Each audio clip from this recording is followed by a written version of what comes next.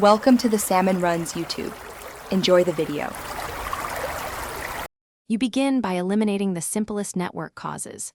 Power cycle your Xbox by holding the Xbox button for 10 seconds, then restart it. This clears temporary network stacks. Next, reboot your modem and router and wait about 2 minutes so their connections fully re-establish.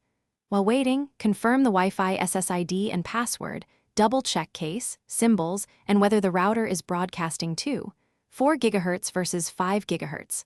Once done, move to network tests on the console to gather error details. You now run targeted checks inside the Xbox.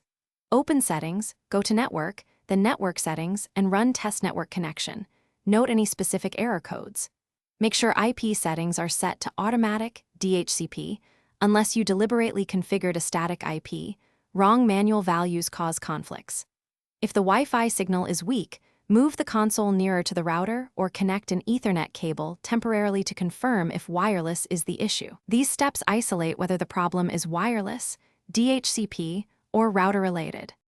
Finish with advanced remedies that resolve persistent faults. Update your router firmware and ensure the Xbox system is on the latest update, because firmware mismatches can block connections.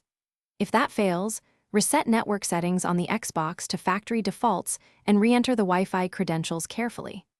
As a last step, consider assigning a static IP and DNS if DHCP is unreliable, or call your ISP with the exact error code. Troubleshooting tip: document the error code and time.